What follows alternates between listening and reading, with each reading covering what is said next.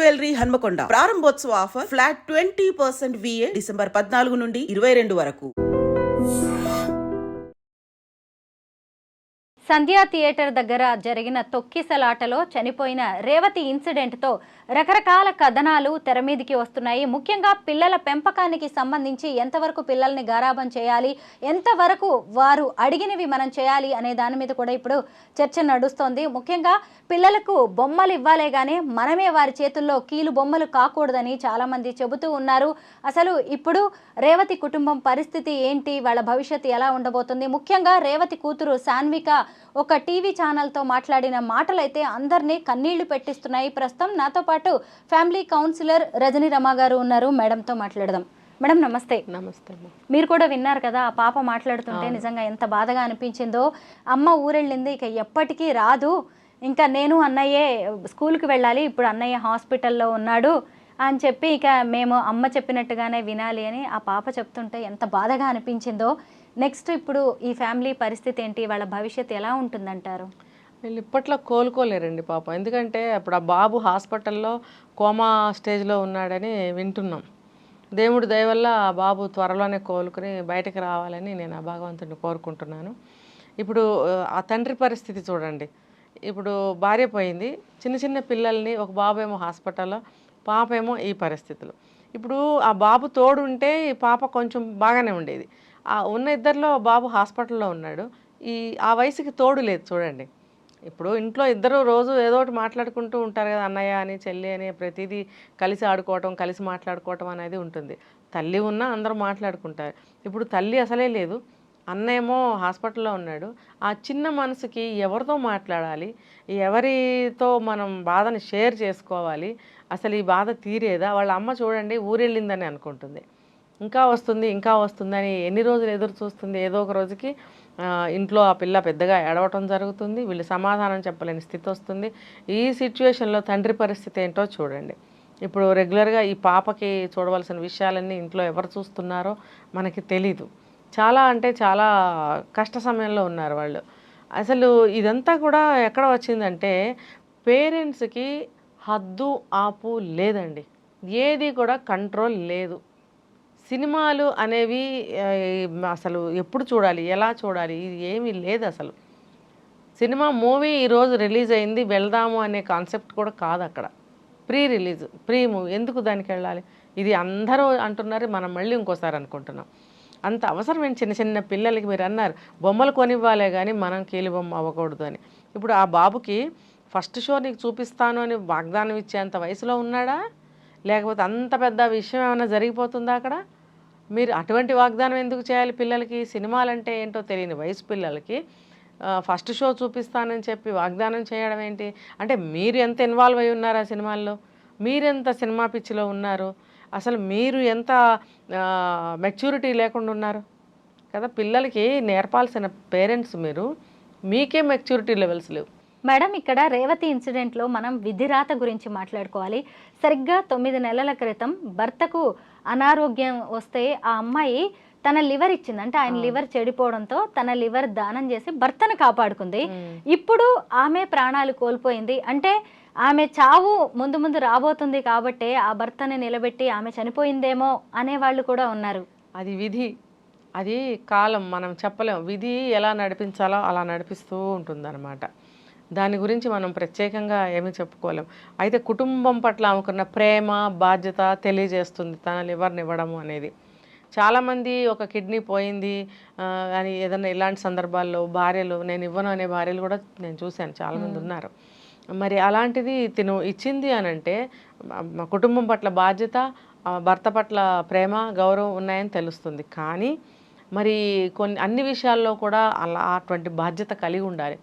చిన్న చిన్న పిల్లలకి నువ్వు బట్టలు కొని పెడతానను, ఇంకో బొమ్మ కొని పెడతానను, సినిమాకి తీసుకెళ్తానని వాగ్దానం చేయటం అంటే నీ మెచ్యూరిటీ కానీ నీ బాధ్యత కానీ ఎంత ఉంది అక్కడ అనేది తెలిసిపోతుంది ఎవరికైనా.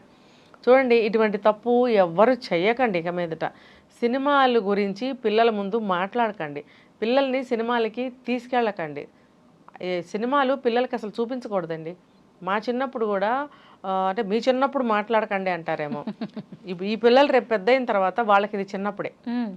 చిన్నప్పుడు బాగుంటేనే పెద్దయ్యాక అన్నీ బాగుంటాయి, వాళ్ళు బాగుంటారు, మనం బాగుంటాం. కాబట్టి చిన్నప్పుడు అని చెప్తున్నాం. సినిమాలు మాకు చూపించేవారు ఎలాంటివంటే ఫ్యామిలీకి సంబంధించినవి, ఒక మంచి భక్తికి సంబంధించినవి, లేకపోతే ఒక మంచి మెసేజ్ ఉన్న సినిమాలు, అల్లూరి సీతారామరాజు ఇలాంటి సినిమాలు, ఒక మంచి దేశభక్తి సినిమాలు కానీ, ఒక మెసేజ్ ఉన్న సినిమాలు కానీ సెలెక్ట్ చేసి తీసుకెళ్ళేవారు. చూడండి, అటువంటి సినిమాలు ఇంకా గుర్తుండిపోతాయి, అందులో ఉన్న విషయాలు గుర్తుంటాయి, ఆ వాటిల్లో ఉన్నటువంటి అటు మంచి విషయాలలాగా మనం కూడా తయారు కావాలి అనేటువంటి ఒక ఇన్స్పిరేషన్ని తీసుకున్నాము. కాబట్టే కాలం ఇంతవరకు మంచిగా నడిచింది. ఇప్పుడు పిల్లలకి ఆ వయసు పిల్లలకి పుష్ప 2 చూపిస్తారండి.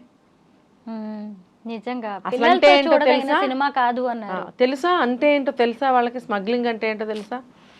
మరి అందులో చూపిస్తున్న ప్రతి ఒక్క విషయం వాళ్ళకి తెలుసా? ఎందుకు పరిచయం చేయాలి మనం వాళ్ళకి?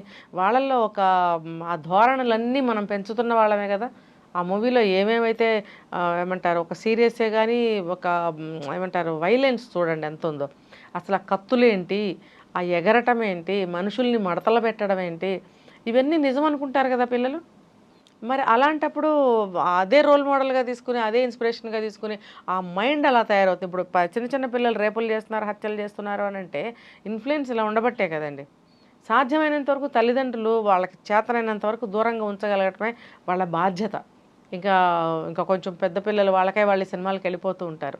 అప్పుడు కూడా మనం పెంచిన విధానం వాళ్ళల్లో ఉంటే వాళ్ళు అలాంటి సినిమాలకి వద్దురా నాయనా అంటే ఆగుతారు. అది బాగోలేదంటే దానికి వెళ్ళకండి అని ఇంట్లో చెప్తే ఆగుతారు, ఏదన్నా మంచి మూవీకి వెళ్తారు. అసలు ఏమీ మీరు నేర్పకుండా అలా ఊరుకుంటే వాళ్ళ పాటికి వాళ్ళు వెళ్ళిపోతుంటారు, వస్తుంటారు. వాళ్ళు ఎలా తయారవుతున్నారో మనకు అసలు ఎలా తెలుస్తుంది? రేపొద్దున వాడు సిగరెట్ తాగాడనో, డ్రగ్స్ తీసుకున్నాడనో, అమ్మాయిలను రేప్ చేశాడనో, 14 ఏళ్ళు రాకుండానే ఇవన్నీ జరుగుతుంటే మీరు ఏం చేయగలరు? మీరు పెంచుకున్న పెంపకం మీకు శాపమై తిరిగి మీకే కొడుతుంది. మీరు తీసుకున్న గోతిలో మీరే పడతారు. జైలుకి వెళ్ళి వచ్చిన అల్లు అర్జున్ని చూడడానికి అందరు క్యూ కడుతున్నారు. ముఖ్యంగా సెలబ్రిటీస్, సినిమా స్టార్స్ అందరు వెళ్ళి అతన్ని పరామర్శిస్తున్నారు. మరి రేవతి కుటుంబం సంగతి ఏంటి? ఎవరైనా ఇక్కడికి వస్తున్నారా, కనీసం అల్లు అర్జున్ అయినా వచ్చాడా అని చెప్పి నెటిజన్స్ చాలా కామెంట్ చేస్తున్నారు, ట్రోల్ చేస్తున్నారు. ఇప్పుడు అల్లు అర్జున్ వచ్చేసి మళ్ళీ పరామర్శించడం ఇవన్నీ అవసరం అంటారా అక్కడ? అదే ఆయన ముందు వచ్చారు, ఏదో ఇస్తాను అని చెప్పారు 25 లక్షలు. ఆయన తరఫు నుంచి ఆయన చాలా త్వరగానే స్పందించి వాళ్ళకి సహాయం చేశారు. అది ఆయన చెయ్యని తప్పుకి అంటే దానికన్నా ముందుకు వెళితే ఇప్పుడు జరుగుతున్న విషయాలన్నీ ఆయనకి తెలుసు, పబ్లిక్కి తెలుసు.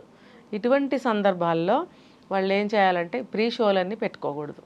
డైరెక్ట్ రిలీజ్ చేస్తే టికెట్లు దొరికిన వాళ్ళు సినిమాకి వెళ్తారు. అన్ని ఆన్లైన్ బుకింగ్సే కదా, వెళ్తారు. దొరికిన వాళ్ళు ఇంట్లో సినిమా వాళ్ళ లెక్కలు వేరుగా ఉంటాయి మేడం. ప్రీ షూట్ అనేది పెట్టుకోకుండా ఉండాలి. అది నిర్మాతలే కానీ, డైరెక్టర్సే కానీ, బెనిఫిట్ షోస్ ఉండకూడదు అంటారు. ఈ హీరోలే కానీ, హీరోయిన్సే కానీ వీళ్ళందరూ కూడా ప్రస్తుతం ఉన్న పరిస్థితుల్లో మనం ప్రీ రిలీజ్ చేయొద్దు, ప్రీ షో పెట్టద్దు అని అందరూ అనుకుంటే బాగుండేది. కానీ ఆఫ్టర్ లాంగ్ టైం రిలీజ్ అవుతుంది కాబట్టి భారీగా రిలీజ్ చేద్దాము అనే ఒక ఇది కోసం వాళ్ళు అలా చేసుకున్నారు. పొరపాటున జరిగిపోయింది అది. సరే, అది అందులో ఆయన తప్పు కూడా ఏమీ లేదు. ఉంది ఒకవేళ ఆయన తప్పు అని అనుకుంటే నేను చెప్పిన వీళ్ళందరూ తప్పు ఉంటుంది. అందరూ సినిమా ఆయన ఒక్కడే తీశాడా? ఆయన ఒక్కడే యాక్ట్ చేశారా? మరి నిర్మాత ఉన్నారు, డైరెక్టర్లు ఉన్నారు, కో యాక్టర్స్ ఉన్నారు, హీరోయిన్స్ ఉన్నారు, మరి ఎంతమంది లేరండి అక్కడ. మరి వాళ్ళందరిది కూడా తప్పు అవుతుంది కదా. మరి ఈయన ఒక్కళ్ళ మీద ఎందుకు పడాలి? నాకు వచ్చిన అనుమానం ఇది. సరే, ఆయన వంతు ఆయన స్పందించారు, పలకరించి డబ్బులు ఇస్తానని చెప్పి ఇచ్చారు. అంతవరకు ఆయనకు తోచింది ఏదో చేశారు. తర్వాత పరిణామాలు ఇవన్నీ. ఆయన అటు వెళ్ళడము, జైలుకి మళ్ళీ రావడము, ఈ సింపతితోటి ఆయనకు సంబంధించిన వాళ్ళందరూ ఇంకా మళ్ళీ అటు వెళ్ళారు పలకరించడానికి. ఇప్పుడు ఇటు డైవర్షన్ అటు వెళ్ళిపోయింది. అంతే తప్ప పలకరించకూడదని ఉండదులేండి. రేవంతి ఇన్సిడెంట్తో ఇప్పుడు కొత్తగా ఏమంటున్నారంటే పేరెంటింగే మారిపోయింది, అసలు పిల్లల్ని పెంచే విధానమే చాలా మందికి తెలియట్లేదు, పేరెంట్స్ ముఖ్యంగా పిల్లల చేతుల్లో కీలు బొమ్మలుగా మారుతున్నారనే వాదనలు వినిపిస్తున్నాయి. నిజమేనంటారా? చాలా వరకు అలాగే ఉన్నాయి. వాళ్ళు మారాన్ చేస్తేనో, మంకు పట్టు పడితేనో వాళ్ళు అన్నీ ఇచ్చేస్తున్నారు. ఎందుకంటే మాలాగా వాళ్ళు బాధపడకూడదు, లేకపోతే ఏడుస్తున్నాడు ఇచ్చేస్తే అయిపోతుంది, ఇలాంటి అభిప్రాయాల్లో ఉంటున్నారు వాళ్ళు. దీనివల్ల పిల్లలే బ్లాక్మెయిల్ చేసే స్థితికి వస్తున్నారు వాళ్ళు. పిల్లల్ని నేను చాలాసార్లు చెప్పాను, పిల్లల్ని సరిగ్గా మీరు పెంచలేకపోతే, పెంచాలి అని మీరు అనుకోలేకపోతే అసలు కనకండి.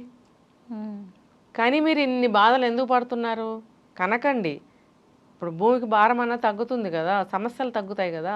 పిల్లల్ని మీరు రక్షించుకోలేరు, పిల్లల్ని మంచిగా పెంచలేరు, వాళ్ళకి అనారోగ్యం చేస్తే కంగారు పడిపోయి హాస్పిటల్స్కి వెళ్ళిపోతారు, ఇంట్లో ఇంటి వైద్యం చేయలేరు, రాదు. అసలు మీరు ఎందులోనూ మీకు ఏది రాదు. ఏదో పెళ్లి చేసేసారు, ఏదో పుట్టేశారు, ఏదో తెలిసినంత వరకు పెంచేద్దాం, లేకపోతే డాక్టర్స్ ఉన్నారు. ఇప్పుడు డాక్టర్ దగ్గరికి వెళ్ళి అడుగుతున్నారు ఎలా పెంచాలండి అని.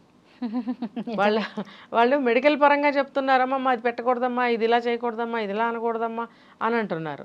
అదే కరెక్ట్ అనుకుని అలా పెంచుతున్నారు. అలా పెంచిన పిల్లలు మరి ఏ రకంగా తయారవుతారు? ఇంట్లో మనకంటూ ఒక పద్ధతి ఉంటుంది కదా, ఆ పద్ధతిలో పెంచాలనేది ఎవరు కూడా వినట్లేదు. వాళ్ళ అమ్మలు వీళ్ళని ఎలా పెంచారో వీళ్ళు మన పిల్లల్ని అలా పెంచుతామని అనుకోవట్లేదు. డాక్టర్స్ని అడుగుతున్నారు. డాక్టర్స్ మెడికల్గానే చెప్తారు కదా, ఇది ఇన్ఫెక్షన్ వస్తుంది కాబట్టి ఇది వద్దు, అది వద్దు, ఇది ఇలా చేయండి, వాళ్ళు అలా చెప్తారు. అందులో కూడా వాళ్ళు తప్పేం లేదు, మెడికల్ ప్రకారం చెప్తారు. కానీ మన పద్ధతిలో మనం పెంచినప్పుడే కదా ఈ సమస్యలన్నీ రాకుండా ఉంటాయి. మరి అలాంటప్పుడు ఇవేవి చేతగానప్పుడు మీరు మహాప్రభు అంటారు కదా, మహాప్రభు మీరు కనకండి. మీకు వస్తేనే పెంచండి, పెంచగలిగితేనే కనండి. ఇదే నేను ప్రతిసారి ఇచ్చే సందేశం.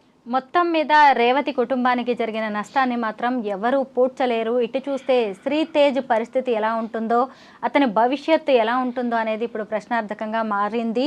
పిల్లల్ని పెంచడం మీకు ఇబ్బంది అయితే రాకపోతే మీరు మాత్రం ఖచ్చితంగా పిల్లల్ని కనొద్దు అంటున్నారు లైఫ్ కోచ్ రజనీ రమ గారు. Madam, thank you.